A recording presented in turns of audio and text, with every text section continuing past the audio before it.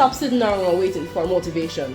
It's time to act discipline. Hello, I didn't mean to rough you up there. I'm Dr. NCFO Severa, and I'm here to tell you how to start a good habit. In my last video, we spoke about diabetes and we lightly touched on some lifestyle changes ideas. This video is completely about how to start those lifestyle changes. Disclaimer time. This is just advice. I'm not a therapist. I'm not a lifestyle coach. I'm just giving you advice here on the internet. If it works for you, great. If it doesn't work for you, everyone's different. So let's do this. You probably heard the saying, if he wanted to, girl, he would. It's what women say when a guy they like doesn't text them back, and then their friends respond, but clearly he doesn't care about you, move on. So what about you now? Do you care about yourself? Aren't you the one that said in January that you're going to go to the gym and lock in? A lie. Was it not you that said you're going to get your finances in check last month? A lie. Aren't you the one that said you're going to cut off fast food and eat less sugar? Like that. As much as I started off this video a bit rough with a shoe in my hand, this video is actually just a gentle reminder that it's okay to start slow. This video is for those who want to make changes in their life, whether it's just because they realize that I want something different, or they have a chronic illness, be it diabetes, hypertension, polycystic ovarian syndrome, an autoimmune disorder that requires changing certain habits to help you be the healthiest version of yourself. Without further ado, let's do.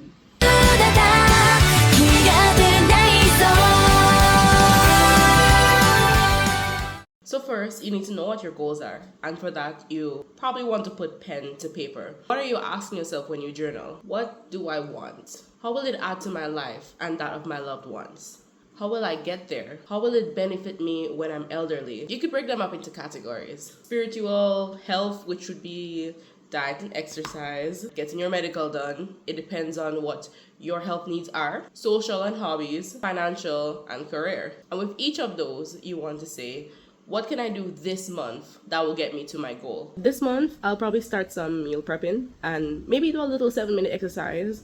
I don't want to exercise too much and then I'm binge eating. So I'll get that done, and then next month I'll join the gym after I've gotten my diet under check. So once I start burning calories, I'm not going to eat those calories to undo what I burnt. Or you could say, let me get a medical done to see where it is I need to improve on my health. The next month, if you feel like you've fallen off your diet, you could probably visit it again, and you could couple that with lighter exercises, or you could continue the habit that you built the previous month regarding the gym. After you've gone month by month, you go week by week.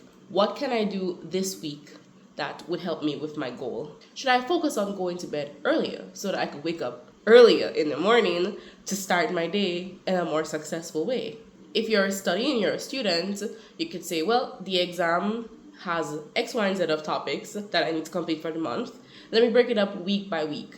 I focus on this weak spot that I have, and every week I do something new. The reason why you're breaking it up step by step is because in a world where everything feels like so much, you don't want to overburden yourself. You want to give your chance to reset every month. You have a whole bunch of goals and you don't know where to start. So you start with one goal, start small with that goal, and you give yourself grace and you say that, oh, this month is going well. Let me start the next goal. If it is that you haven't solidified that into your lifestyle, you could say, after I'm done with this goal this month, I'm going to revisit the last goal next month. Or it could be a case where you could even couple goals. So if you want to start your diet, but it's more urgent for you to also exercise as well, because let's say you're pre-diabetic and you want to get everything done as quickly as possible. You don't want to do month by month because you feel like it might be too late. You could say, I'm going to work on my meal prep and cutting off sugar. Sugar could be very dangerous in terms of diabetes. But I also want to start the exercises too, because it's going to help with my metabolism, burning sugar and losing weight, as fat can make you more insulin resistant. For that, you're going to say, well, I'm focusing on my diet, so instead of doing heavy exercises, I'm going to increase my steps. I'm going to get up in the morning and exercise for 10 minutes and start that habit. And then once I've solidified my diet and I have those light exercises, those small exercises going, then next month I could add in more exercises and I could continue on for that, because I don't want to be pre-diabetic again, as I've realized that I am susceptible to diabetes. Once you've written down your goals and you have a plan as to how you're going to execute it, a realistic plan, then you want to envision it now. One of our main distractors would be social media. The internet is meant to give you information, it's meant to be helpful. But sometimes it could be toxic because we're fed a lot of content that one distracts us from reality and two could make us feel a little bit bad about ourselves. Now, what you can do is either you're going to delete social media completely or you could change your timeline, your social media timeline, to something constructive. So you could probably have exercise videos on your timeline. My timeline is mainly healthy foods that look good, exercise like gym stuff, Pilates stuff. My YouTube timeline, I have motivational videos. I've stopped consuming content regarding celebrity gossip because I feel like it's not adding anything into my soul. Another thing that I find helpful is making a vision board. There's a lot of different templates on Canva, and you could find lovely pictures on Pinterest if you would like. What was a fun sleepover idea for me and my cousin is that one of the activities that we did was making vision boards. It actually taught me how to do it. We discussed our plans for 2026, what we wanted our future to look like, and we made a vision board and we put it as our tablet and phone wallpaper. So you just type in vision board and you'll see many templates come up. You click on it, you press customize this template. You can start adding in your photo. So you take this photo and you press the delete button, which is a garbage bin button, and then you just upload your own image over there.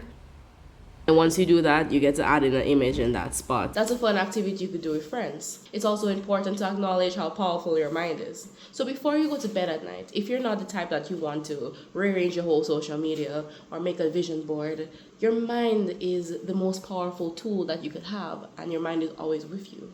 If you reconstruct your mind into visioning yourself in that life that you want, then it is going to become that. That is how powerful the mind is. So before you go to bed at night, instead of thinking about how rough the day is, all the things that stress you, you're going to think about that life that you want. You're going to make it clear in your mind. And you're going to give yourself positive affirmations and say, this will be mine. This is already mine. This is for me.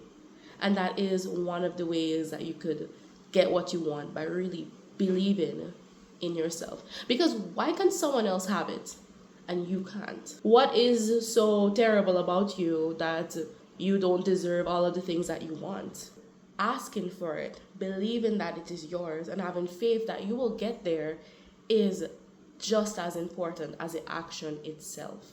Make sure you're being realistic, because it is a lifestyle change. It's not a quick fix. Quick fixes may lead to quick results, but they're not lasting results. So you're going to be realistic. You're not going to say, I'm going to lose 20 pounds in 7 days. If it were that easy, everyone would do it. What might happen is that you start up strong, do everything, and then boom, it comes crashing down. That's why you have to start small and make meaningful and consistent changes. I had a long day at work, I'm real tired, and that traffic was so much. Let me just put on some music, some good soca music, and me wash dishes. Let me dance while I wash the dishes. And then after that, if I'm in the mood, I'll do something. So start small. For example, with exercise, you might be inclined to make a whole gym membership, and you're going to say, I'm going to do legs, arms, abs. I'm going to stay 2 hours at the gym. I'm going to go to the treadmill, the stair machine. But by the second week or the third week, you fall out because you might have injured yourself. You might be burnt out from doing too much. You might be tired. You have to create less resistance when it comes to starting a new habit, and you have to be gentle with yourself. Yes, you're strong and capable, but you're human. Instead of having a whole 2 hours at the gym that may lead to you falling out, you're going to say, at 6 a.m., I'm going to exercise for 7 minutes. I'm going to do that for the week, and that's going to be my exercise time. 7 minutes of exercise is a lot easier for you to process than an hour. If you're waking up and you're kind of late for work, it's easy for you to say, boy, I slept in, my bad, but I could still do 7 minutes. It's a lot harder to fail with 7 minutes. And once you realize that you're establishing that habit, you move on. Now, I'm not asking you to stay stagnant in the same place, because yes, starting is difficult, but staying at the starting line isn't going to help you either. Once you've gotten to that start line with that 7 minutes of study, 7 minutes of cleaning the house, then you move on from the start line. Work with what you have and start today. If you don't have the equipment, you use what you have. When I started exercising, I used a towel. I was not going to pay for a gym membership and workout equipment with my parents' money as a university student. I did my at-home workouts on a towel and I got my best results from there. That was before the complications of adulthood and the overthinking started taking over. Start with what you have. Start small and start today. Even if while you're watching this video right now, you want to get up and hula hoop, jump rope, or walk in place, that is you starting, and that is valid. Subtract, subtract, subtract. If you want to add to 100%, then you're going to get 110%. That doesn't make any sense. You already feel overwhelmed with life. You have your bills, you have your children, you have life, car problems to deal with. You can't add to what is already overwhelming. What you're going to do is subtract what is not adding to your life. If you look on your phone, you realize that probably you might be engaging with social media longer than you've expected. Maybe your social media time is an hour. You may be playing video games, which are fine because at the end of the day, we need hobbies to relax and escape from reality. But you may be playing video games for 3 hours in a season where you should be focusing on your career. Why not subtract that? Play the video game for an hour and then go focus on your career or whatever it is that you're building for the 2 hours. You get your leisure time in, but you've subtracted from that. Social media. Before you go to bed at night, put your phone on the other end of the room. Go sleep. Now, what you're going to notice is you might have some emptiness because you're alone with your thoughts. That's okay, because you're going to notice that I feel bored, I feel depressed. You're going to find something to fill that void with. Whether it is putting on some music, meditation, or if you're the type of person who you could just say, hey, you know what, I'll just get over it. But you just have to be cognizant of what is going on. If I wanted to take away anything from this section, it is know your goals, envision it, believe in yourself, and then start small. You need to acknowledge that you're human and capable of making mistakes. You need to acknowledge that a lifestyle change is difficult, and you need to make it as simple as possible for yourself. Because if we don't acknowledge that this is life, things can happen. Especially when you're starting to make a lifestyle change, you're going to notice how many obstacles there are that you wouldn't have noticed before. It's almost going to seem like the universe is actually trying to work against you. When you see those obstacles coming at you, just know you are nearing your purpose. The spotlight is now on you because you're doing exactly what is intended for you. There are going to be weapons formed against you. You're going to be attacked, but this is your training. You are going to have weapons back and you're going to fight.